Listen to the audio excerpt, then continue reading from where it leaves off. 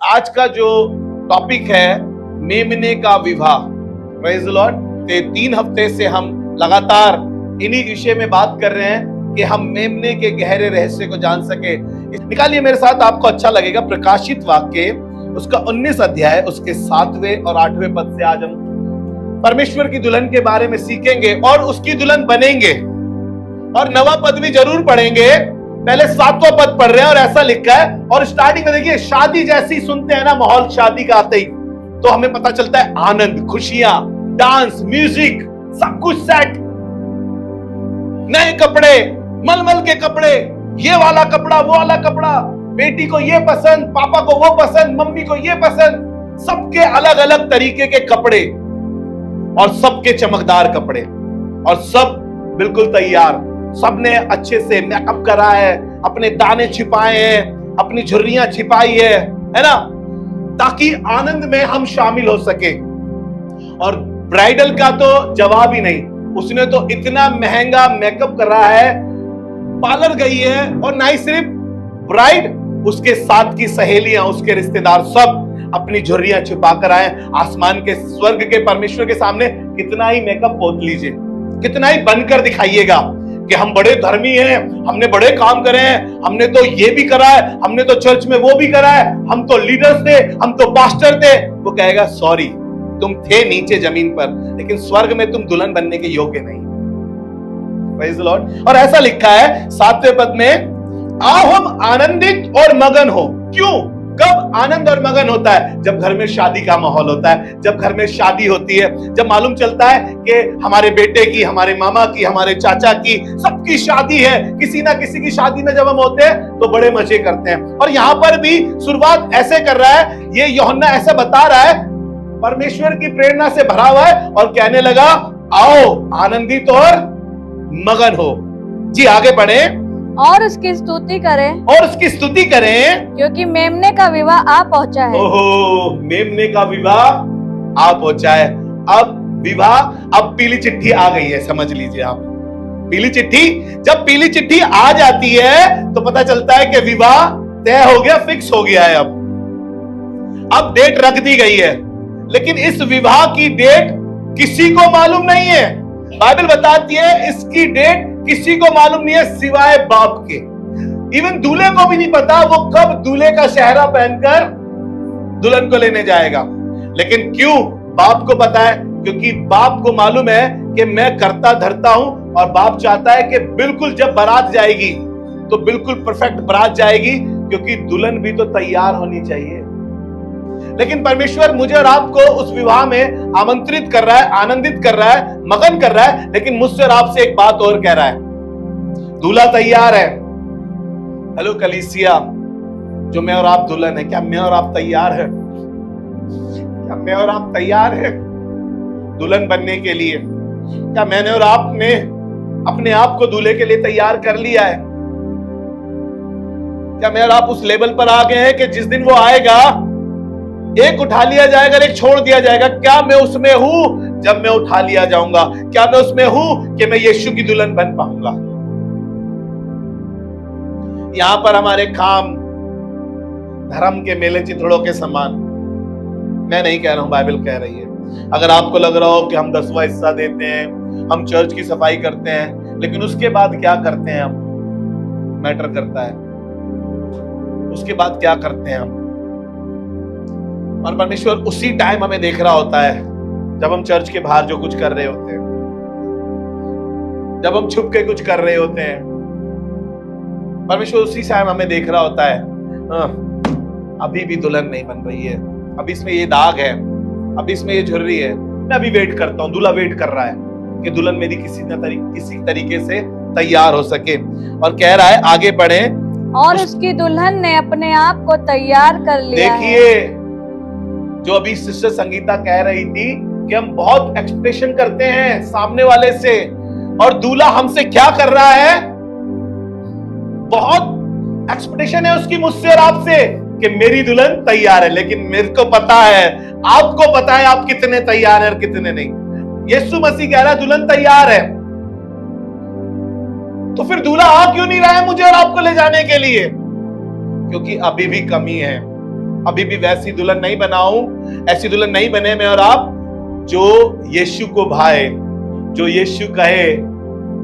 जैसे आदम के लिए जब बनाई गई थी ना दुल्हन, सेम बिल्कुल वैसे ही आदम का किसी से मन नहीं लग रहा था, सब कुछ खुदा ने बनाकर दिखाया, और जैसे ही हव्वा को बनाया, आदम ने कहा ये मेरी हड्डी में की हड्डी, मेरे मांस में का मांस है, ये मुझ में से निकाली गई है, ये नर में से निकली है, ये नारी कहलाएगी, ये अर्धांगिनी कहलाएगी, मेरे आधा अंग है। और मैं और आप यीशु कलीसिया का सर है, और मैं और आप उसकी दुल्हन है। अभी तो यीशु कह रहा है कि आनंदित और मगन हो जाओ, दूल्हे का विवाह निकट आ पहुंचा है। जी, आप इसका आगे पढ़ेंगे, ऐसा लिखा है, और उसकी दुल्हन ने अपने आप को तैयार कर लिया है। और उसकी दुल्हन ने अपने आप को तैयार कर लिया है। उसको शुद्ध और चमकदार महीन मलमल ध्यान से पहनने सुनिएगा, का उसको शुद्ध और चमकदार और महीन मलमल महीन मलमल पहनने का अधिकार दिया गया। हालेलुया। ये क्या है चमकदार, ये क्या है महीन? ये मेरी और आपकी पवित्रता है, ये मेरी और आपकी वो शोभा है जो दूल्हे के सामने दिखाई देगी। जब शादी फिक्स कर दी जाती है तो पता चलता है दुल्हन को कि अब मैं इस तारीख पर मेरी शादी है। मोटी है तो जिम ज्वाइन करती है, काली है तो मेकअप यूज करती है। किसी तरीके से मैं अपने दूल्हे के लिए परफेक्ट दुल्हन बन जाऊं। वो पूरी कोशिश करते हैं, उसके माँ बाप भी उसकी मदद करते हैं, आसमान का खुदा भी मेरी और आपकी मदद कर रहा है कि मैं और आप यीशु के लिए तैयार हो सकें। इसीलिए वो मुझे और आपको इतना समय दे रहा है। मेरे गुनाह करने के बाद, आपके गुनाह करने के बाद, मैं और आप पापी गुनहगार हैं, मैंने और आपने तमाम तरीके के गुनाह और पाप किए, लेकिन बाप अभी भी मौका दे रहा है कि तैयार हो दूल्हे के लिए।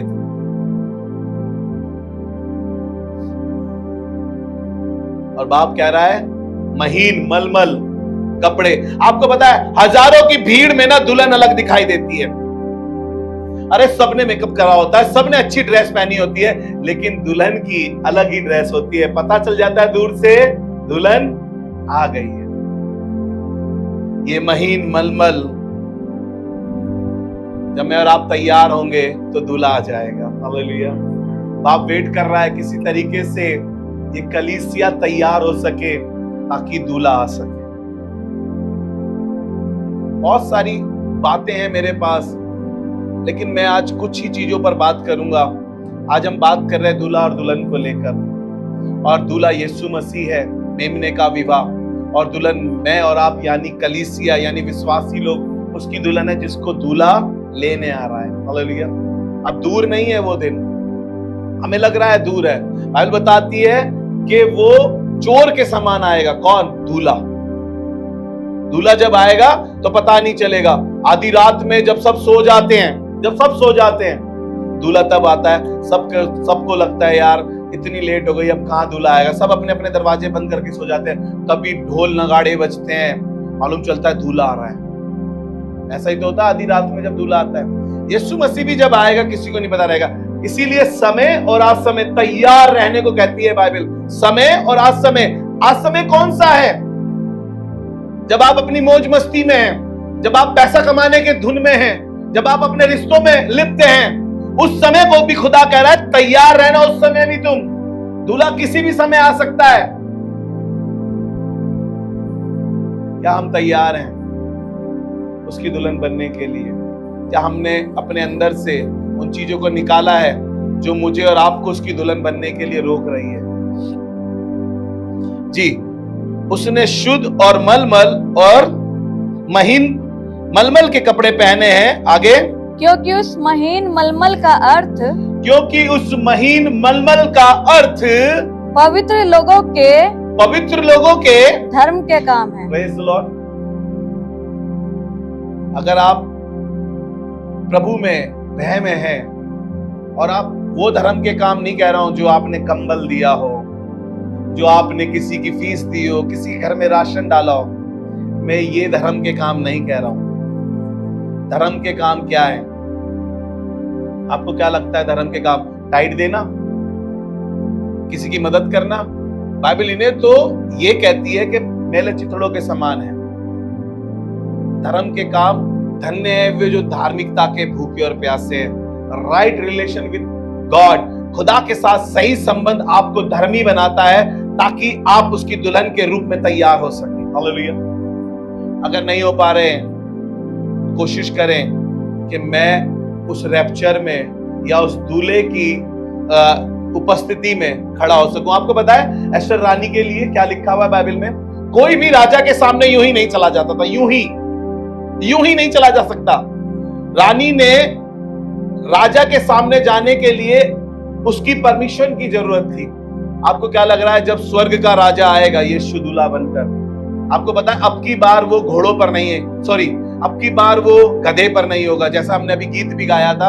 अब नहीं है वो कांटों का सहरा, वो तो पहने हैं। उस दिन उनको यीशु मसीह को कांटे का सहरा था, लेकिन अब की बार जब वो आएगा सोने का मुकुट होगा। अब की बार वो गधे पर नहीं होगा, अब की बार वो घोड़े पर होगा, क्योंकि घोड़ा क्या दिखाता है?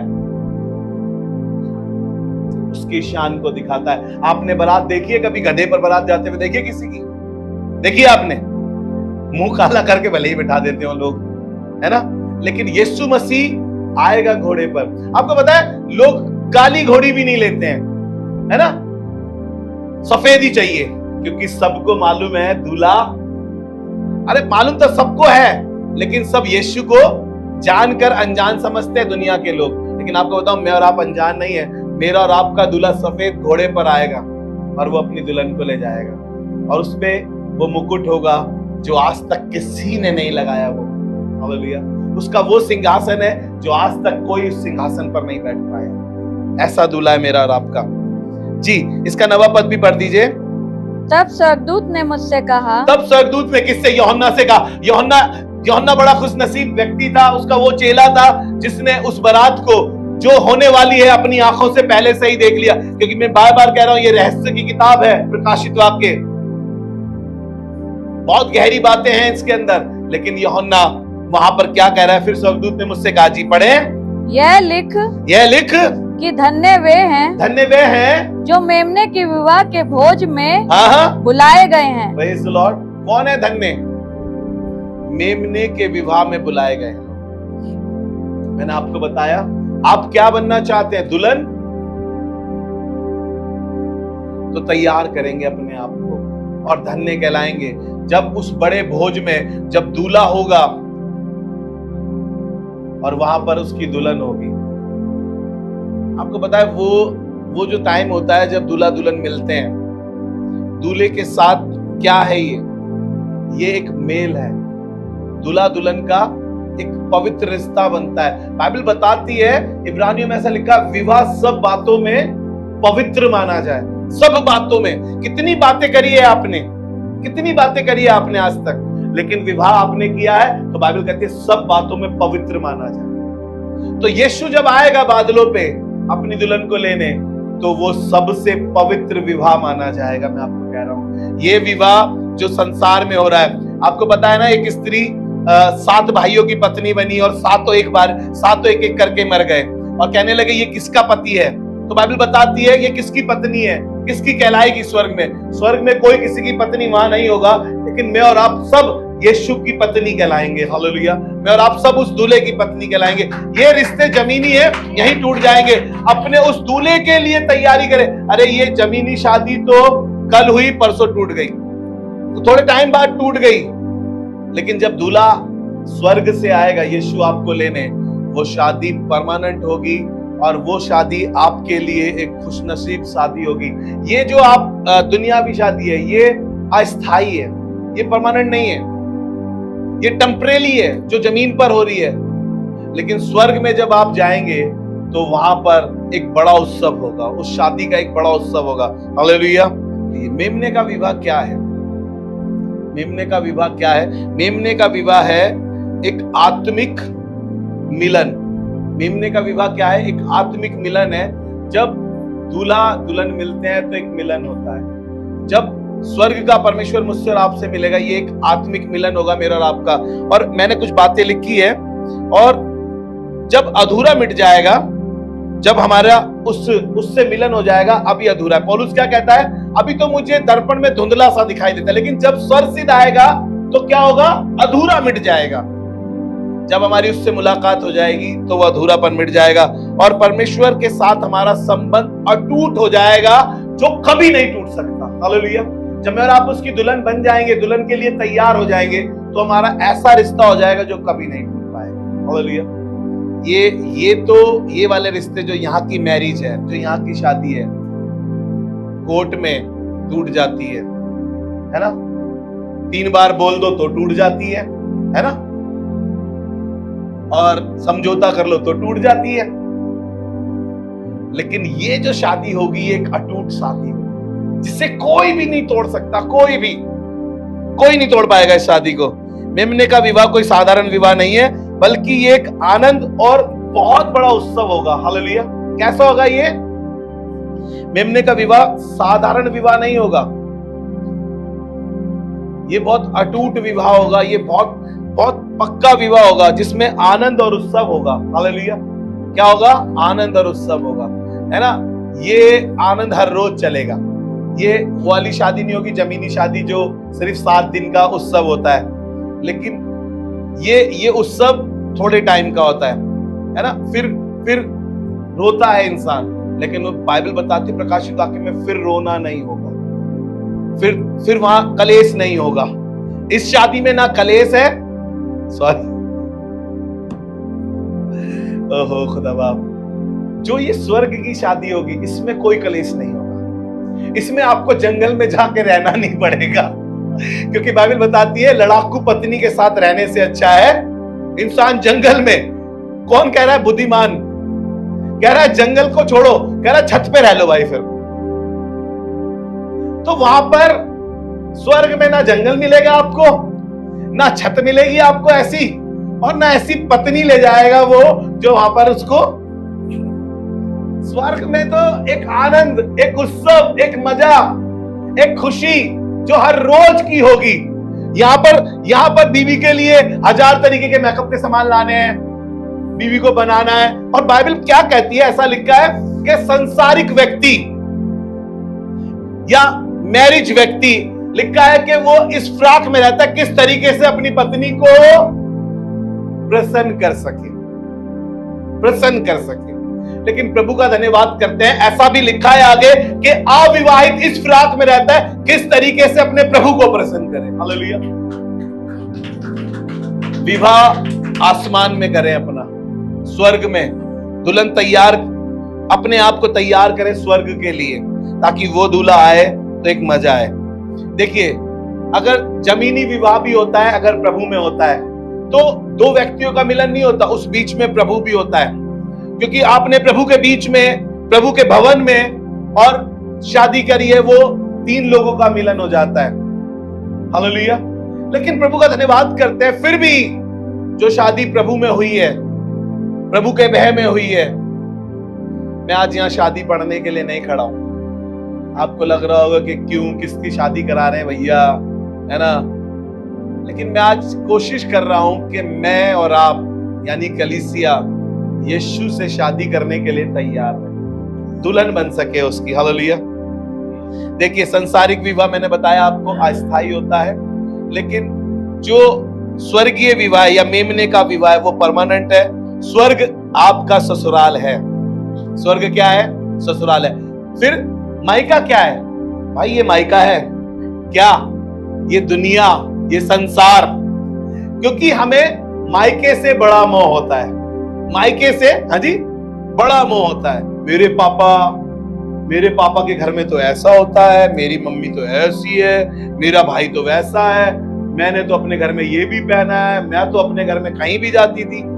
भाई मायके में आप बहुत फ्रीडम से रहते हैं ना, क्योंकि स्वर्ग के परमेश्वर ने स्वर्ग में कुछ कायदे कानून बनाए, और ससुराल में भी कुछ कायदे कानून होते हैं जो मर्यादा को उल्लंघ नहीं सकते आप। अगर आपने हरियाणा में शादी करी है तो आपको पैर छूने ही पड़ेंगे, लंबा घूंघट काटना ही पड़ेगा, है ना? स्वर्ग के परमेश्वर ने कहा है, देखिए मायका जब तक हम छोड़ते नहीं है, ससुराल के हम हो नहीं पाते। ये फैक्ट है, ये सच्चाई है। जो स्त्री अपने मायके को नहीं भूल पाती, वो कभी भी अपने ससुराल में जगह नहीं पा पाती।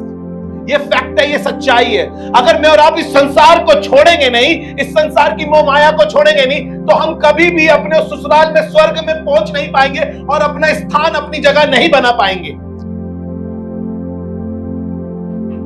दुल्हन हर एक वो काम करती है जिससे दूल्हा खुश हो सके, जिससे दूल्हा प्रसन्न हो सके। और आप वो काम करें जिससे स्वर्ग का परमेश्वर खुश हो सके, आनंदित हो सके, मगन हो सके।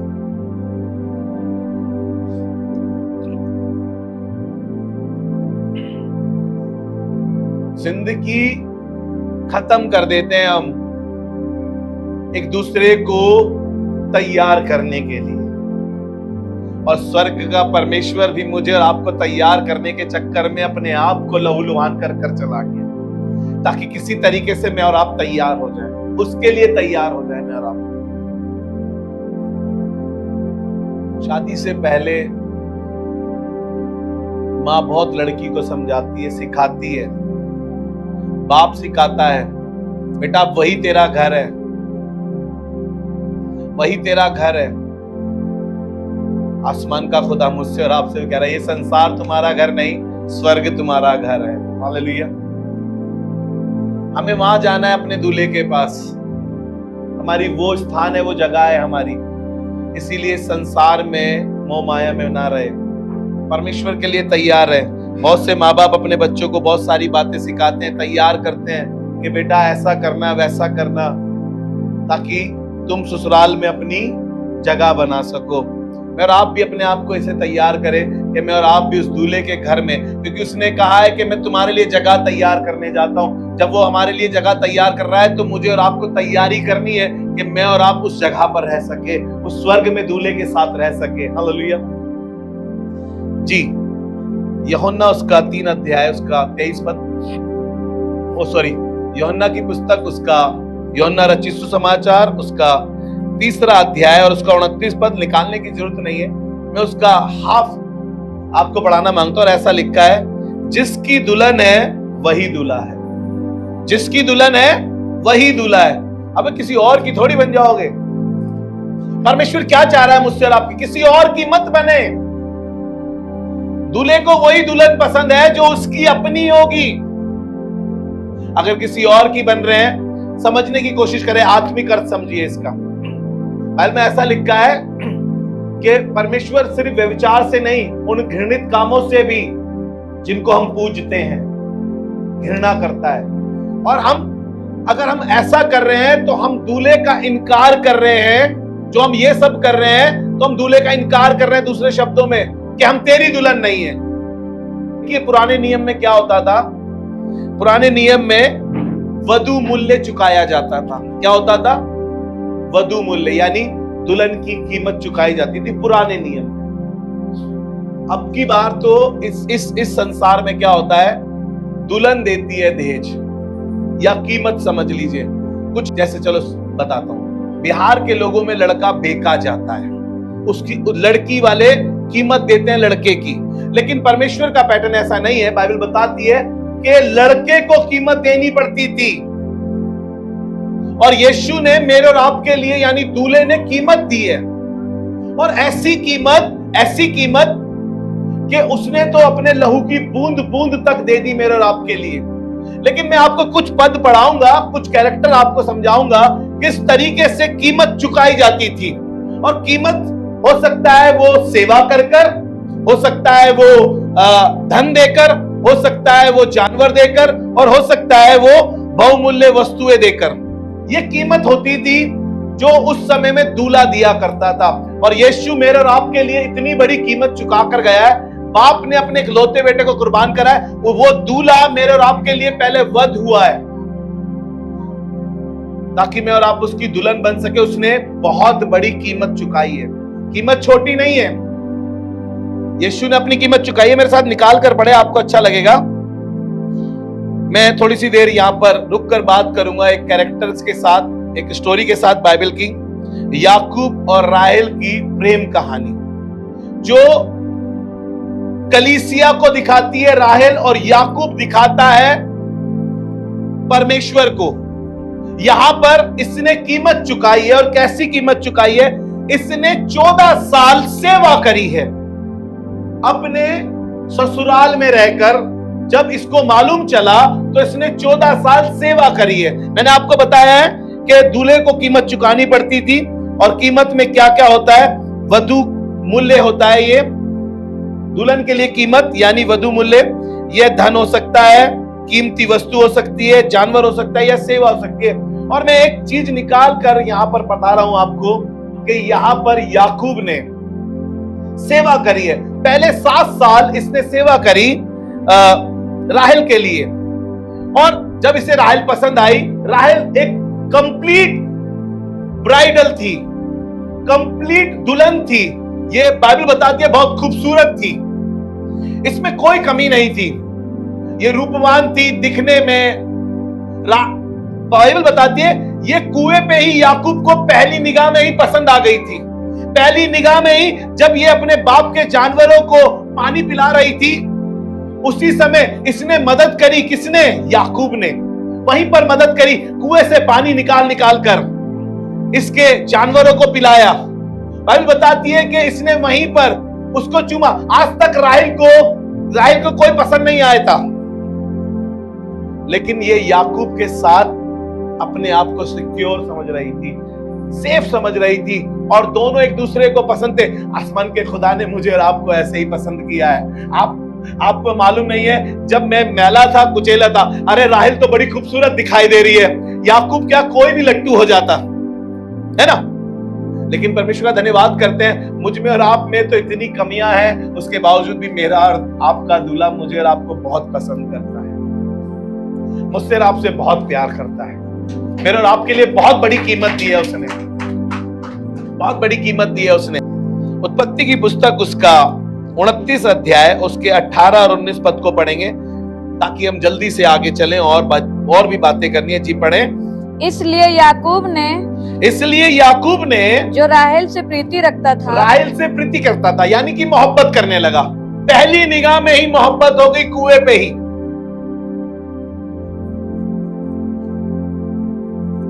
और आसमान के खुदा ने जब मुझे और आपको देखा ना, उसने भी पहली निगाह में मुझे और आपको पसंद कर लिया था। हो सकता है कई बार घर में देखने वाले आते हैं, रिजेक्ट करके चले जाते हैं। लड़की सही नहीं है, मोटी है, तोतली है, गूंगी है, बहरी है, दिखने में फर्क हो सकता है। इसकी बहन की तरह, राहेल की बहन की तरह लिया वो बहंगी थी, है ना। लेकिन इसको एक बारी में ही पसंद आ गया। आसमान के खुदा ने मुझे और आपको भी ऐसे ही पसंद किया है। और ऐसा लिखा है, इसलिए याकूब ने जो राहेल से प्रीति करता रखता था, कहा मैं तेरी छोटी बेटी राहेल के लिए, मैं तेरी छोटी बेटी राहेल के लिए। किससे कह रहा है? लाबान से कह रहा है, अपने मामा से। मैं इसकी और कहानियों में आपको ले जाना नहीं मांग रहा हूं, समझिए। हमने थर्सडे को इसकी कुछ बातें करी थी, लेकिन आज मैं इसकी शादी के विषय में क्यों कह रहा हूं। आज वो जिक्र मत करिए, ये कौन था, कहां से आया, क्या करा इसने, क्यों भाग रहा था, क्यों यहां पर आया था। आज छोड़िए, आज हम कह रहे हैं, आज हम बात कर रहे हैं, आओ हम एक बड़े आनंद में और मगन हो जाए इसमें। आज हम शादी में आए हैं, आज हम शादी की बातें करेंगे। आज हम वो बातें करेंगे जहां पर एंजॉयमेंट होता है, जहां पर नाचना गाना होता है, जहां पर दुल्हन तैयार की जा रही है, जहां पर सिर्फ खुशियां ही खुशियां हैं। हालेलुया। कभी देखा है आपने शादी में मातम हो रहा है? यीशु मसीह ने भी कहा, जब तक दूल्हा साथ में है ना, बाराती उपवास नहीं कर सकते। तो क्यों आज हम वो बातें करें? हम याकूब की वो बात कर रहे हैं कि इसको राहेल पसंद आ गई एक नजर में। और मैं प्रभु का बड़ा धन्यवाद कर रहा हूं इस बात के लिए कि परमेश्वर ने मुझे चुना, मुझसे मोहब्बत करी, आपको चुना, आपसे मोहब्बत करी। अगर आप शीशे में खड़े होकर देखें ना अपने आप को, आप में हजारों कमियां हैं, उसके बाद भी यीशु आपसे प्यार कर रहा है। अरे राहेल तो परफेक्ट थी, उससे मोहब्बत करने में कोई मुश्किल बात नहीं थी। बात तो वहां पर होती है जब कोई पसंद ना आए। हालेलुया। जी आगे पढ़े। मैं तेरी छोटी बेटी राहेल के लिए, जी मैं तेरी छोटी बेटी राहेल के लिए 7 वर्ष तेरी सेवा करूंगा। 7 वर्ष तेरी सेवा करूंगा। कितने वर्ष? 7 वर्ष सेवा करूंगा। हालेलुया। लेकिन याकूब के साथ धोखा हो गया। ये था धोखेबाज, ये बड़े धोखे करके आया था, बड़े घोटाले करके आया था, लेकिन इसके साथ भी हो गया। अब क्या करे, हो गया तो, लेकिन इसे तो पसंद थी ना, इसे राहेल इतनी पसंद थी। ये 7 साल, बाइबल बताती है कि 7 साल इसको कुछ समय, ये 7 साल का टाइम इसके लिए ऐसा था कि कैसे लिखा है, थोड़ा सा समय का लगा उसको, थोड़ा सा समय का लगा, और इसकी शादी करा दी इसकी बड़ी बहन लिया से। तब इसने क्या करा आपको मालूम है, इसने लाबान से फिर बोला, क्योंकि ये राहेल से प्रीति करता था, इसकी शादी लिया से करा दी, अंधेरे में धोखा हो गया। बाइबल की पहली शादी है जो रात में हुई है, अंधेरे में घूंघट इधर उधर हो गया बस। लेकिन देखिए इस बीच में लिया कहां है उसको पता नहीं था, सॉरी राहेल कहां है, उसके सामने कैसे शादी हो रही है ये उसको पता नहीं है, उसको कहां बंद कर रखा है, वो क्यों चुप बैठी है, कुछ नहीं मालूम। लेकिन परमेश्वर का धन्यवाद करते हैं, वो परमेश्वर मेरे और आपके लिए याकूब बन रहा है। वो मेरे और आपके लिए पता है क्या कर रहा है, इसने लाबान से बोला कि तूने मेरे साथ छल किया है, धोखा किया है। उसने बोला कि ये हमारी प्रथा है, ये हमारा ट्रेडिशनल है कि बड़ी बेटी से पहले छोटी का विवाह, मैं तुझे छोटी भी दे दूंगा, मैं तुझे छोटी भी दे दूंगा। लेकिन उसने बोला कि तुझे और 7 साल तुझे और 7 साल। उसने बोला ठीक है। इसने लिया की मोहब्बत में, सॉरी राहेल की मोहब्बत में, इसने राहेल की मोहब्बत में 7 साल और काम किया। टोटल मिला के 14 साल सेवा करी इसने, मूल्य चुकाया इसने। यीशु मेरे और आपके लिए अपना मूल्य चुका कर गया। यीशु मेरे और आपके लिए वो सब कुछ कर रहा है आज भी, कि किसी तरीके से मैं अपनी मनचाही दुल्हन को, जो मुझे पसंद है, जिससे मैं मोहब्बत करता हूं, वो मुझे मिल जाए किसी तरीके से। शादी सिर्फ जिस्म का मिलना नहीं है, शादी 2 व्यक्तियों की सोच और विचारों का मिलना है। बाइबल बताती है यदि 2 मनुष्य एक बात पर सहमत ना हो तो कैसे, क्यों कर एक साथ चल सकते हैं, क्यों कर एक को अपने मन को मारना पड़ता है, फिर एक को समझौता करना पड़ता है। फिर इसीलिए आपको कह रहा हूं, आप तैयार हो जाएं, अपने मन को मारिए संसार से, संसार की लुभावनी चीजों से, संसारिक बातों से, संसारिक कामों से, ताकि आप उस स्वर्ग के लिए तैयार हो सके, उस दूल्हे के लिए तैयार हो सके। हालेलुया। देखिए मैंने कुछ चीजें लिखी है,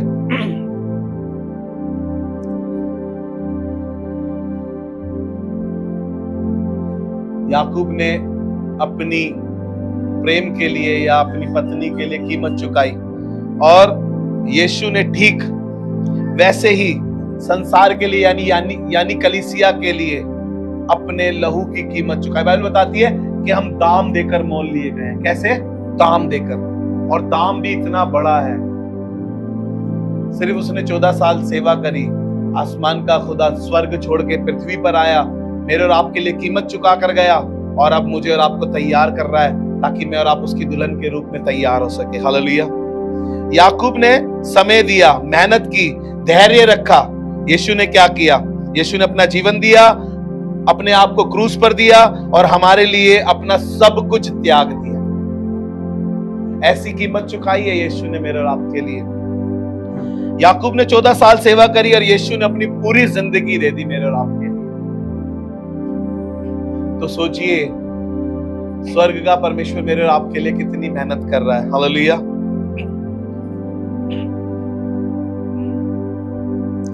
रिया राहेल की सिर्फ एक लव स्टोरी नहीं है कि मैंने आपको ये लव स्टोरी की तरह बता दी, लेकिन ये मेरी और आपकी हकीकत है। ये मैं और आप यीशु मसीह की जगह पर, ये रिया और याकूब की जगह पर हम अपने आप को देखें कि यीशु मसीह ने मेरे और आपके लिए क्या कुछ नहीं करा है, ताकि मैं और आप भी तैयार हो सके। चलिए जल्दी से एक जगह और लेकर चलूंगा आपको, एक और ऐसे ही बेहतरीन कपल से आपको मिलाऊंगा और इनमें जमीन आसमान का फर्क है। इनका मिलना नामुमकिन है, लेकिन फिर भी स्वर्ग का परमेश्वर चाह रहा है कि मैं और आप इसके विषय में भी सीखे, क्योंकि वो इस बाइबल में लिखा हुआ है और इसी से बात करने की कोशिश कर रहा हूं। होशे की पुस्तक उसका 3 अध्याय और उसके पहले पद से स्टोरी आपको अच्छे से मालूम है, आप बाइबल पढ़ते हैं, बहुत सारे लोगों ने पहले भी इसके बारे में मुझसे सुना है। ये होशे एक नबी है, एक याजक है। होशे खुदा का खादिम है, बहुत पवित्र व्यक्ति है और परमेश्वर इसके साथ रहता है, इसकी दुआओं को सुनता है। बाइबल बताती है एक दिन ये अपने कमरे में बैठकर दुआ कर रहा था, ये बाइबल पढ़ रहा था, ये खुदा से बातें कर रहा था और स्वर्ग के परमेश्वर ने इससे बातें करना शुरू करी और इससे बातें करके कहा कि उठ और एक काम कर। इसने बोला, प्रभु कौन सा काम बताइए। परमेश्वर ने कहा कि जा और एक वेश्या से शादी कर ले। प्रभु ये कैसी बात है, ये हक्का बक्का रह गया होगा, इसकी इज्जत होगी, इसका कोई रुतबा होगा, लोग इसको एक सेवक के उससे जानते हैं, लोग इसको जानते हैं ये परमेश्वर का नबी है, ये खुदा का खादिम है। और इसको बोल दिया खुदा ने कि एक वेश्या से शादी कर। बाइबल बताती है मेरे और आपके लिए, और बाइबल में इस वर्ष को पढ़ लीजिए, फिर हम बात करेंगे। निकाल लीजिए मेरे साथ होशे की पुस्तक उसका 3 अध्याय उसका पहला पद। बहुत खूबसूरत बात है। हमेशा इसने होशे की पत्नी गोमेर ने हमेशा विश्वासघात किया, धोखा दिया और हमेशा होशे के साथ इसने चालाकी करी। मैं और आप सेम ऐसा ही करते हैं यीशु मसीह के साथ। हम उसे धोखा देते हैं, उसकी वफा के बाद हम उसके साथ बेवफाई करते हैं, हम उसके साथ विश्वासघात करते हैं, सेम ऐसा ही करते हैं हम।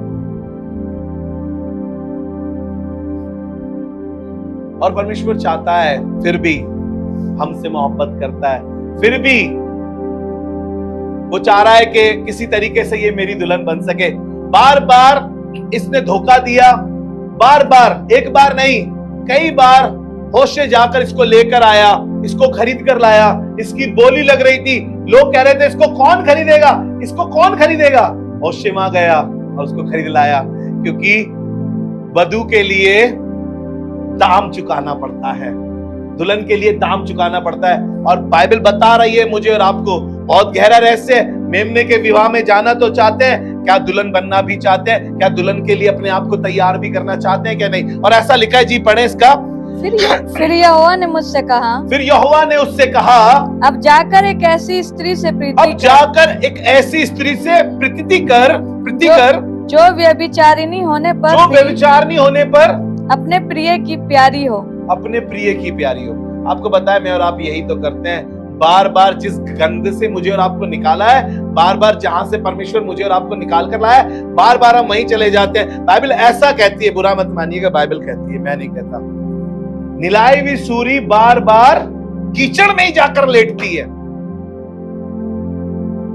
अगर हम दुल्हन नहीं बन पा रहे हैं तो खुदावन हमारे को कह रहा है कि तुम उस सूरी के समान हो जिसको निलारा है, धुलाया, बार बार साफ किया जाता है, एकदम स्वस्थ किया जाता है, एकदम चमकाया जाता है, वो फिर जाकर कीचड़ में लेट जाती है। बाइबल में लिखा है भाई, बुरा लगे तो मैं क्या करूं, बाइबल पढ़ रहा हूं, मैं तो कोई अपने पास से थोड़ी कह रहा हूं। हम दुल्हन बन रहे हैं या सूरी बन रहे हैं, बार बार जाकर कीचड़ में लेट रहे हैं। क्या मैं और आप इस गोमेर की तरह है? फिर भी यीशु मसीह होशे की तरह मुझसे और आपसे मोहब्बत कर रहा है, प्यार कर रहा है और किसी तरीके से चाह रहा है कि ये दुल्हन बनी रहे। हम बार बार उसके साथ विश्वासघात कर रहे हैं, बार बार, क्योंकि उसकी भांति हाँ, यद्यपि इजरायली पराये देवताओं की ओर फिरे। देखिएगा क्लियर क्या कर रहा है, यद्यपि इजरायली बार बार कहां पर, पराये देवताओं के लिए वहां पर जा रहे हैं।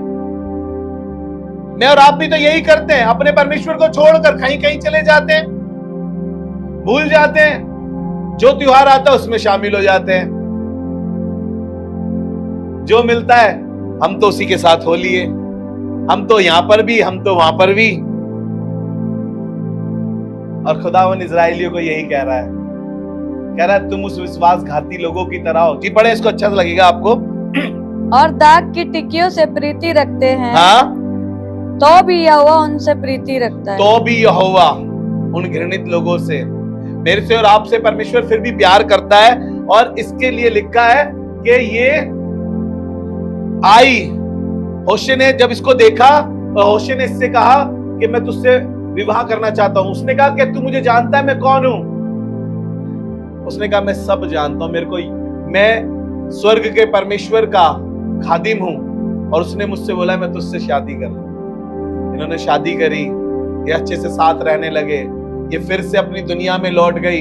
कुछ दिनों बाद फिर से ये उसी गंध में चली गई। मैं और आप भी यही करते हैं।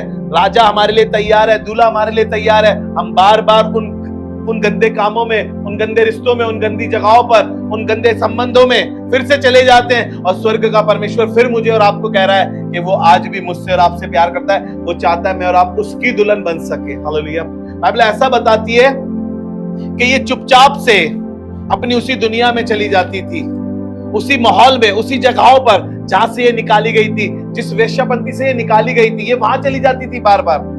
लेकिन स्वर्ग का परमेश्वर फिर भी इसको कह रहा है, होशे को समझा रहा है। यहां तक हो गया एक दिन तो ये बिल्कुल ही छोड़कर निकल गई उस दुनिया में फिर से।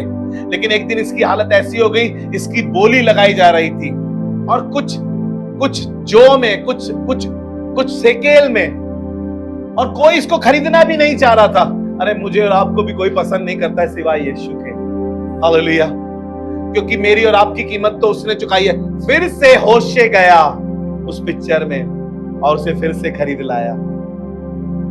उसकी हालत अच्छी नहीं थी। मेरी और आपकी हालत इस संसार में अच्छी नहीं है। स्वर्ग का परमेश्वर आएगा और मुझे और आपको सिर्फ इतना कह रहा है, अगले हफ्ते हम तैयारी पर बात करेंगे, तैयार हो जाओ। हालेलुया। दुल्हन के लिए तैयारी के लिए बात करेंगे और परमेश्वर चाह रहा है कि हम उसके लिए तैयार हों। और ये कहानी सिर्फ एक कहानी नहीं है लहज बाइबल की, ये मुझे और आपको सिखा रही है कि अब तो मान जाओ, तुम्हारे इतनी गलतियों के बाद, इतने गुनाहों के बाद, इतने अपराधों के बाद मैं फिर भी तुमसे प्यार करता हूं और तुम्हें अपनी दुल्हन बनाना चाहता हूं। हालेलुया। गोमेर हम लोग हैं जो बार बार परमेश्वर से दूर चले जाते हैं, और होशे वो इंसान है जो परमेश्वर की तरह बार बार हमारे करीब आना। हालेलुया। वो है ना। हम यीशु को बार बार उसके साथ धोखा करते हैं, बार बार उसके साथ बेवफाई करते हैं, बार बार उसके साथ हम विश्वासघात करते हैं, लेकिन बार बार यीशु हमसे मोहब्बत करता है ताकि हम उसकी दुल्हन के रूप में तैयार हो सके।